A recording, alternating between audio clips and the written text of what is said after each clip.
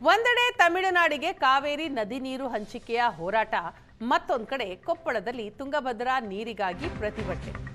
ಕೊಪ್ಪಳದಲ್ಲಿ ಮತ್ತೊಂದು ನೀರಾವರಿ ಹೋರಾಟಕ್ಕೆ ರೈತರು ಸಜ್ಜಾಗಿದ್ದಾರೆ.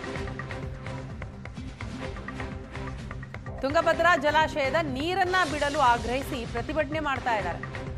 ಜುಲೈ 31ರಂದು ಬೃಹತ್ ಹೋರಾಟಕ್ಕೆ ವೇದಿಕೆ ಸಜ್ಜಾಗಿದೆ.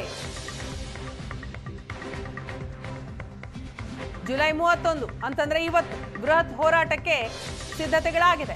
ರೈತರೊಂದಿಗೆ ಕೈ ಜೋಡಿಸಲಿದ್ದಾರೆ ಬಿಜೆಪಿ ನಾಯಕರು. ಗಂಗಾವತಿ ಕೊಪ್ಪಳ ಭಾಗದ ಕಾಲುವೆಗಳಿಗೆ ನೀರು ಹರಿಸೋದಕ್ಕೆ ಆಗ್ರಹಿಸ್ತಾ ಇದ್ದಾರೆ. ಈ ಭಾಗದ ರೈತರಿಗೆ 4 ತಿಂಗಳಿಗೆ 1 TMC ನೀರು ಕೃಷಿಗೆ ಬೇಕೇ ಬೇಕು. ಆದ್ರೆ ಈ ಬಾರಿ ಜಲಾಶಯದಲ್ಲಿ ನೀರು ಕಡಿಮೆ ಇದೆ ಅಂತ ನೀರನ್ನ ಬಿಟ್ಟಿಲ್ಲ ಇಲಾಖೆ.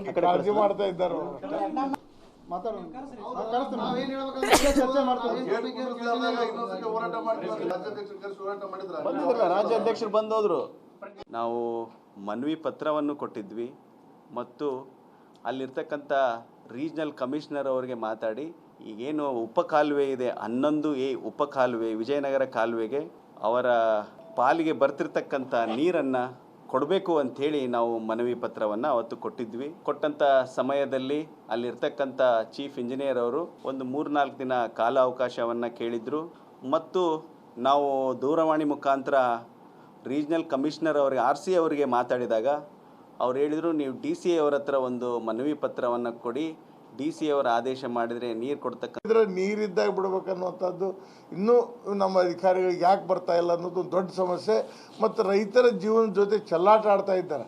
ನಾವು ಒಂದು ಮಾತನ್ನು ಕಾಂಗ್ರೆಸ್ ಮುಖ್ಯಮಂತ್ರಿಗಳಿರಲಿ ಸಚಿವರಿರಲಿ ಅಲ್ಲ, ಕನಿಷ್ಠ ಬಂದ ರೈತರಿಗೆ ಈ ಭಾಗದಲ್ಲಿ ಕೇಳುವಂಥ ಸೌಜನ್ಯತೆಯೂ ನಮ್ಮ ನೀರಾವರಿ ಸಚಿವರಿಗಿಲ್ಲ. ಅಂದರೆ ಇದೆಯಾ ನ್ಯಾಯ? ಏನಾಗಿದೆ ನಿಮ್ಮ ಪರಿಸ್ಥಿತಿ, ಏನು ನೀರು ಒಳಹರಿವು ಎಷ್ಟಿದೆ ಅಥವಾ ಮಳೆ ಆಗ್ತಾ ಇದೆಯೋ ಇಲ್ಲೋ, ಯಾವ ರೀತಿ ನಡೆದ್ರೆ ಸರಿ ಆಗ್ತದೆ ಕೇಳುವಂಥ ಸೌಜನ್ಯತೆಯೂ ನೀರಾವರಿ ಸಚಿವರಿಗಿಲ್ಲ. ಆದ ಕಾರಣ ನಾವು ಕಾಂಗ್ರೆಸ್ ಇರಲಿ ಯಾರು ಮಾನ್ಯ ಮುಖ್ಯಮಂತ್ರಿಗಳು ಇದ್ರ ಬಗ್ಗೆ ವಿಚಾರ ಮಾಡಬೇಕು. ಅಲ್ಲಿ ಹೋದ್ರೆ ಡೆಲ್ಲಿ ಒಳಗೆ ನಮ್ಮ ಯಾವುದು ತುಂಗಭದ್ರಾ ಬಗ್ಗೆ ಇದೂ ಇಲ್ಲ. ನಮಗೆ ಒಂದೇ ಆಲ್ಟರ್ನೇಟಿವ್ ನಮ್ಮ ನವಲಿ ಜಲಾಶಯ ಮಾತ್ರ ನಮ್ಮ ಹೋಳು ಏನಿಗೇನು ಅಂದಾಜು 35 TMC ತುಂಬೇದಲ್ಲ, ಅದಕ್ಕೆ ಆಲ್ಟರ್ನೇಟಿವ್ ಅಥವಾ ಸಮಾನಾಂತರ ಜಲ